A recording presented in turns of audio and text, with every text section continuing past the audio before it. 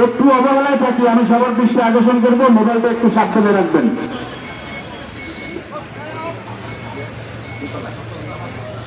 কলেজের ভিতরে দোতলায় ওযুর ব্যবস্থা রয়েছে, আমরা মেহরবানি করে কষ্ট করে ওযু করে নিই, মেহরবানি করে সকলে ওযু করে নিই।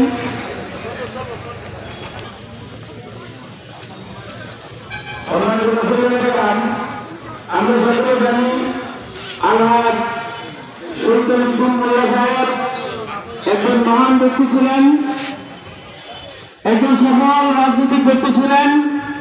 এই থানার সকল কোন মাদ্রাসার মধ্যে ওনার অনুদান রয়েছে।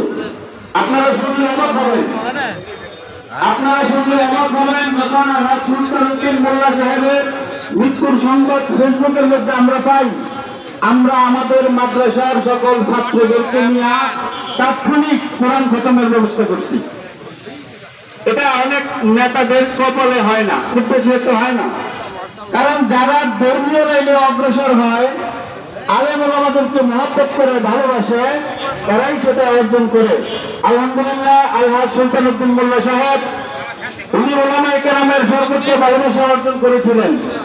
আপনারা সকলে জানেন ওনার বাড়ির পাশে নুরিয়া মাদ্রাসাটা উনি প্রতিষ্ঠা করছেন। আজকে যে মাঠে আমরা দাঁড়িয়ে আছি জানাজা পড়ার জন্য, এই সবুজ পাহাড় অনার্স কলেজ সহ আলহাজ